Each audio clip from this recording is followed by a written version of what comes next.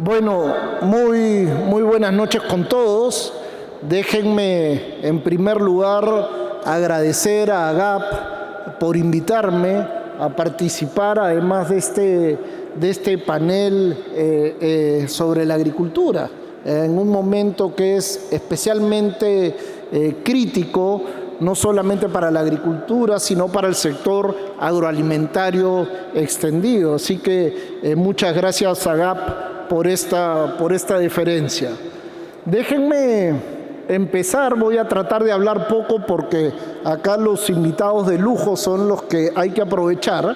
Déjenme empezar con una mirada de la evolución de la agricultura y del sector rural en las últimas 3 décadas. Creo que es bueno siempre saber dónde empezamos. Como ustedes saben, hasta fines de los 80, principios de los 90, Perú había atravesado por un periodo de un esquema de desarrollo mirándonos el ombligo. Creíamos que nuestro mercado interno era suficiente para poder desarrollarnos. Hasta fines de los 80, principios de los 90, estábamos muy influidos por las antiguas corrientes del desarrollo, en el cual además la agricultura no tenía mucha consideración. Recuerden que hasta antes de la Constitución del 92-93, ni siquiera había un mercado de tierras, estaban prohibidas las transacciones, la capacidad empresarial del campo había desaparecido y nuestra balanza comercial agrícola era fuertemente deficitaria. Y es a partir de los 90 que empiezan una serie de transformaciones en el mundo agrícola y rural que parten, en realidad solamente he puesto algunos hitos, pero parten de crear una institucionalidad por la que se apuesta. El país construye una nueva constitución que más bien lo que esta nueva constitución confía en que los creadores de riqueza, que es el sector privado y las empresas, deben tener ese liderazgo en el proceso de crecimiento y desarrollo, y a partir de ahí, como digo, se generan una serie de intervenciones. En resumen, lo que pasa a lo largo de varios gobiernos es que se respeta el equilibrio fiscal, se hace una política monetaria razonable, con lo cual la hiperinflación desaparece de nuestro vocabulario, un banco central muy autónomo, se va construyendo también se van negociando también distintos tratados de libre comercio y Perú entra plenamente a competir con el mundo. Desde el 90 en adelante hay un crecimiento evidente del Producto Bruto Interno total, que es esa línea azul grande. Claramente la pandemia y la cuarentena y los desmanejos económicos que también hubo con la cuarentena nos genera un bache, pero en términos generales Perú crece mucho en producción y la agricultura también crece. Simplemente para que tengan una idea, en 3 décadas la producción, el valor de la producción del sector agricultura se triplicó. La agricultura vale por 3 en estas 3 décadas. Y consecuentemente con toda esta apertura y reformas estructurales, la figura de nuestra balanza comercial agraria, es decir, esa figura en la que nosotros hasta fines de los 80 éramos importadores netos de productos agrícolas, se revierte y pasamos a tener una situación de superávit comercial agrícola. Como ustedes pueden ver en esta lámina, las exportaciones, que son esa raya verde, crecen mucho más rápido que las importaciones y se va haciendo este efecto que las exportaciones cada vez más se distancian de las importaciones, generando un saldo de la balanza comercial agrícola positivo cada vez mayor. Y lo que quiero decir también es que esta evolución de las exportaciones y de las importaciones como consecuencia del libre intercambio con los países, ha permitido a los peruanos, y ahora sí paso, que tengamos este comportamiento.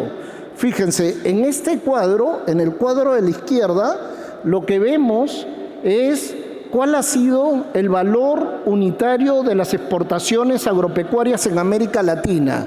Es decir, agarramos las exportaciones, el valor de las exportaciones entre el número de toneladas. Y lo que vemos en este cuadro es que Perú, que es esa línea verde oscura del gráfico de la derecha, la que está más arriba, es la que ha tenido en América Latina en las últimas décadas el segundo valor más alto por tonelada exportada. Es decir, ha competido con Chile por haber generado una agricultura de exportación de muchísimo valor.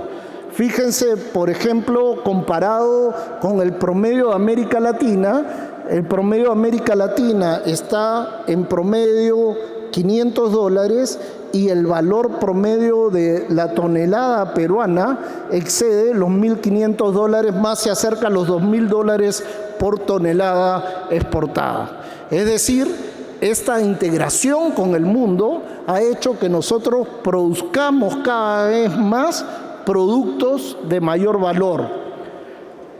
Pero eso ha venido de la mano con el gráfico de la derecha. El gráfico de la derecha lo que muestra es el valor de más bien de lo que nosotros compramos del exterior, de las toneladas importadas. Y lo que vemos ahí, también en la línea esa verde oscura, es que Perú ha tenido, junto con Colombia, el valor por tonelada importada más barata en la región. Es decir, para los que atacan la agricultura moderna, lo que estamos viendo es que Perú cada vez vende hacia afuera más caro para generar más ingreso, pero compra de afuera más barato.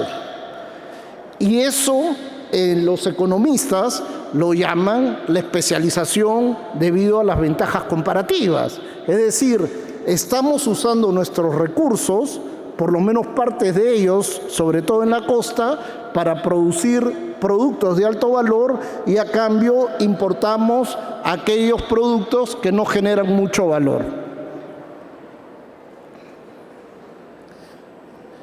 Y déjenme hacer solamente una pequeña digresión, ¿no?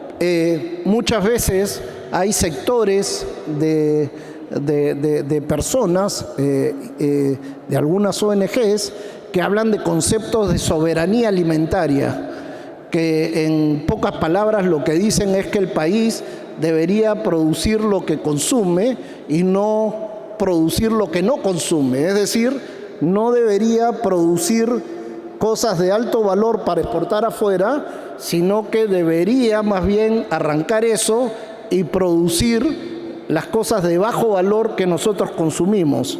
Claramente eso no tiene mucho sentido. Y entonces, a partir de ese breve diagnóstico de la foto agregada se ve bonita, porque lo que hemos visto hace unos segundos es que la producción ha crecido, las exportaciones han crecido y en general salimos bastante bien en la foto. Sin embargo, quiero mencionar que lo que he mostrado en la foto es un promedio de varias agriculturas. El Perú no solamente tiene una agricultura, sino que tiene varias agriculturas.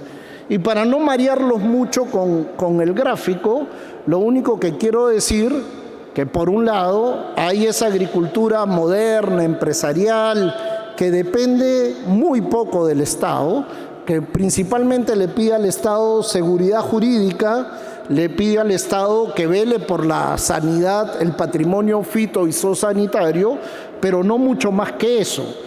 Y esa agricultura no requiere mucho desde el punto de vista de la política pública agrícola. Pero en cambio, en contraste al otro extremo, hay una pequeña agricultura familiar de subsistencia muy chiquita, en las que la fragmentación de la tierra es muy grande y en donde el pequeño productor agrícola no está ni siquiera integrado a los mercados, ni a los mercados de insumos, ni a los mercados de producto. Esa es una pequeña agricultura familiar predominantemente presente en la sierra, donde muchas veces la mitad de la producción de mi chacra me la tengo que consumir y la otra mitad ni siquiera se va a un mercado monetario muchas veces se recurre al trueque o articulaciones imperfectas con el sector moderno. Pasa un acopiador, me hace una oferta y yo le vendo al precio que en ese momento se trance. Y en el medio hay todas las posibilidades posibles. El Ministerio de Agricultura tiene una tipología, que tampoco los quiero marear con esto, pero básicamente señala que hay dos tipos de productores agropecuarios: los familiares, que son los que predominan en el país, y los empresariales, que están encaminados. Y en los productores agrarios, básicamente lo que dicen es, miren, hay un tipo de agricultor familiar chiquito, de menos de 2 hectáreas, o en realidad de menos de 5 hectáreas, que no usa ninguna tecnología, no fertiliza, no usa riego, no usa semilla mejorada, etcétera, y que viven básicamente en subsistencia. Hay otros agricultores familiares que usan alguna tecnología, están un poquito más articulados al mercado, pero sí requieren alguna política específica del Estado. Y hay la agricultura empresarial, que son los que necesitan cosas puntuales que ya mencioné de parte de la política pública. Y menciono esto porque es importante entender que en el Perú no es posible hablar de una sola política agraria. En tanto hay esta heterogeneidad de agriculturas, es necesario que la política agraria tenga varios segmentos de políticas específicas para distintos actores que son heterogéneos. Esto es un cuadrito que básicamente refleja en la tipología anterior cómo se manifiesta en número de unidades agropecuarias, y lo que vemos es que 97% de las unidades agropecuarias son familiares, 3% empresariales. Obviamente ese 3% en términos de hectáreas de tierras producidas representa muchísimo más que eso. Pero era solamente para mostrarles una foto inicial de lo que es nuestra agricultura, mostrándoles que más de la mitad de las unidades agropecuarias son en realidad muchas veces unidades de subsistencia sin estar integradas al mercado. Solamente he puesto esta lámina para que podamos entender la diferencia entre todos esos tipos de agricultura. Tomé solamente un caso, el de fertilizantes, porque además viene a colación con la coyuntura, y ahí vemos que no todos los tipos de agricultura que existen fertilizan y fertilizan de la misma manera, ¿no? Los agricultores familiares más pequeños, de 2, de 5 hectáreas, fertilizan, fíjense, ahí entre 20 y 30%, de acuerdo al censo agropecuario, son los que usan algún tipo de fertilizante. Pero la agricultura empresarial lo que hacen es fertilizan en 100%. Y esto es solamente para mostrar que algunas agriculturas fertilizan más, otras menos y usan distintos tipos de fertilizante. Este gráfico lo que te dice es que en la costa se usan mucho más fertilizantes, el 80% de las unidades agropecuarias declaran utilizar fertilizantes, en la sierra solamente la mitad de las unidades agropecuarias usan fertilizante y en la selva 30%. Esto es importante porque cuando se hablaba de que todo el déficit de urea estaba concentrado en la sierra, no tenía mucho sentido con la realidad que uno observa en el campo. Entonces, toda esta heterogeneidad de productores agropecuarios y de distintas agriculturas también se refleja en heterogeneidad de la productividad del campo. Acá tengo algunos gráficos. El primero de la izquierda muestra que la productividad de la agricultura en promedio todavía está bastante lejos de la productividad promedio del resto de sectores de la economía. Fíjense ahí que la productividad de toda la economía menos la agricultura es casi 6 veces y media más que la que se da en promedio en la agricultura. Sin embargo, estas barras son el PBI entre PEA, ¿no? El PBI de la agricultura entre la PEA agrícola.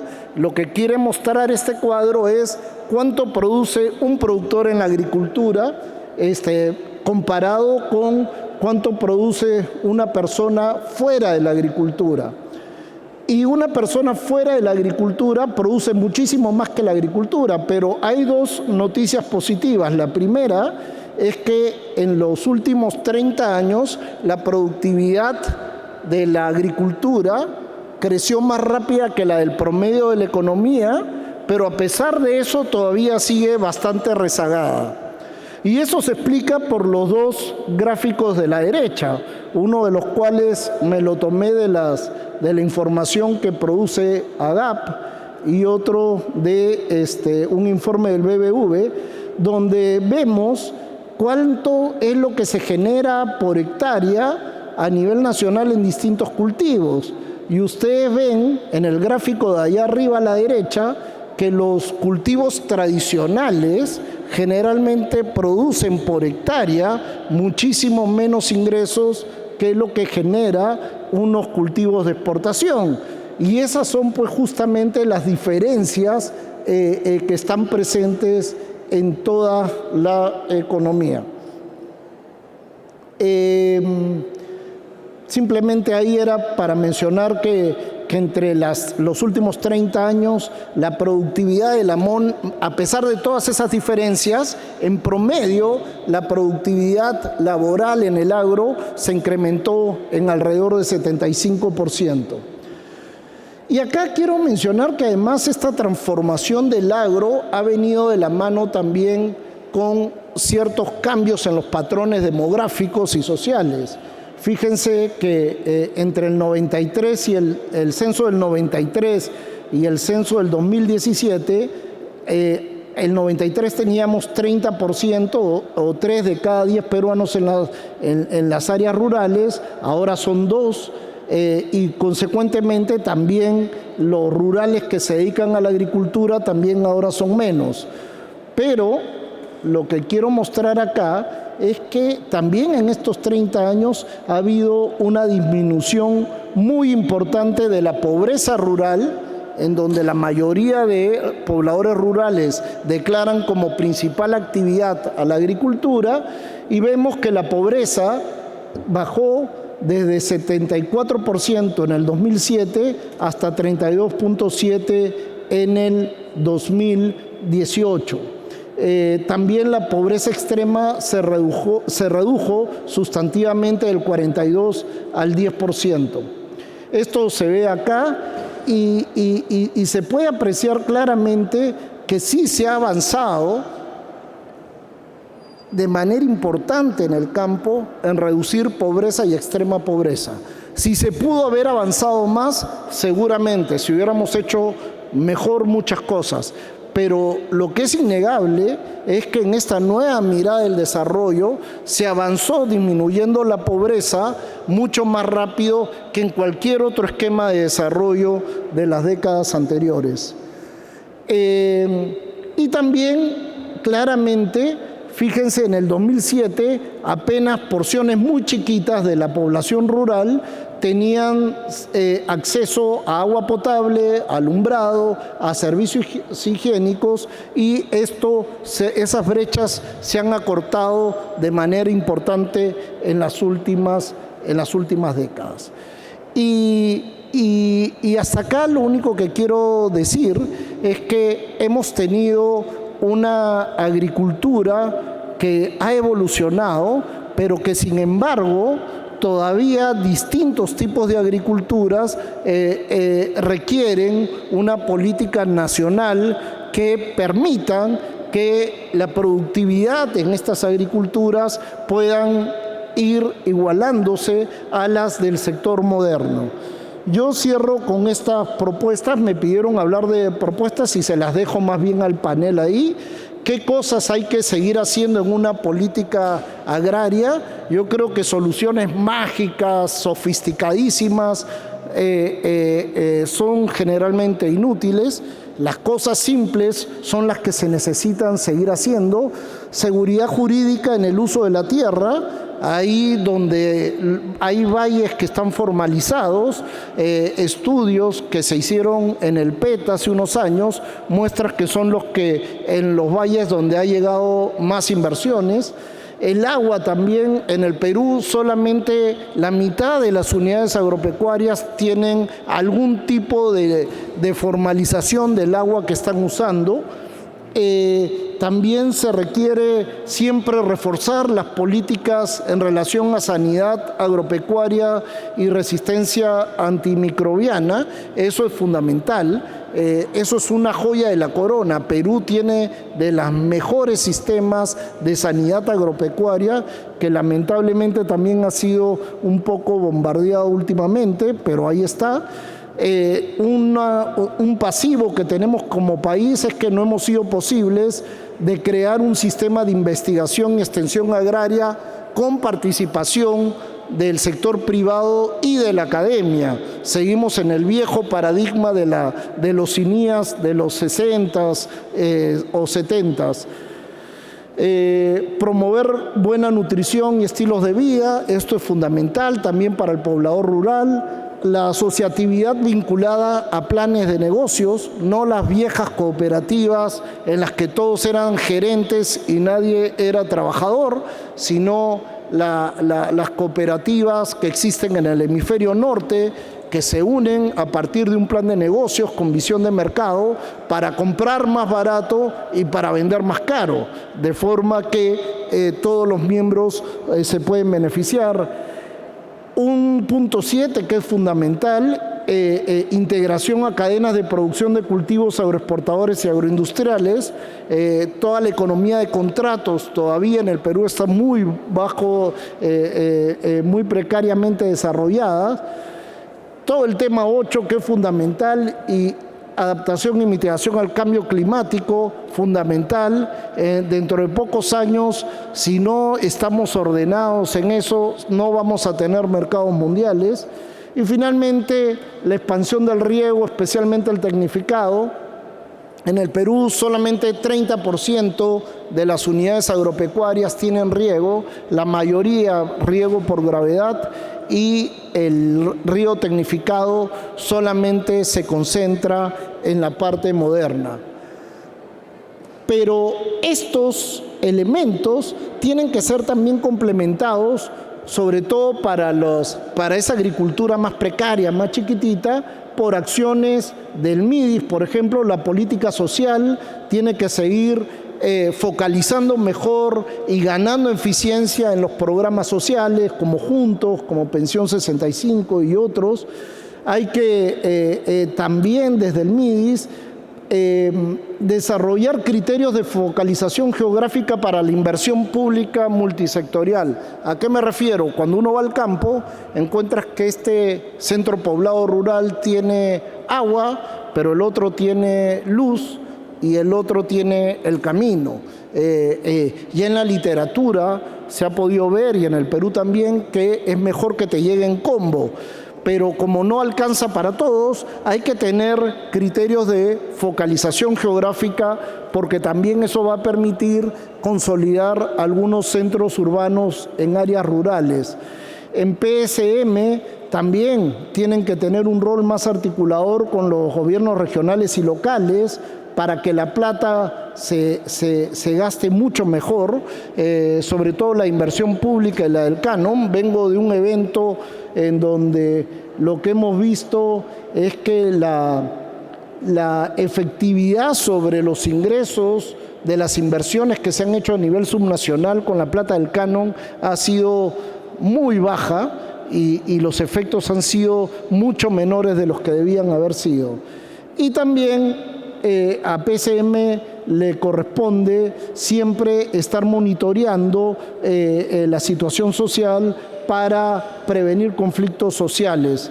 Finalmente, el MEF le corresponde priorizar y defender asignaciones presupuestales en la lógica de presupuesto por resultados, porque lo que vemos es que a veces programas que van muy bien, cambio de gestión, ni siquiera de gobierno, de gestión, de ministro a ministro, algún programa que iba muy bien es despriorizado y generan unos impactos que luego son irreversibles. Y esto era básicamente lo que quería presentarles, fundamentalmente para generar una discusión entre el panel. Muchísimas gracias.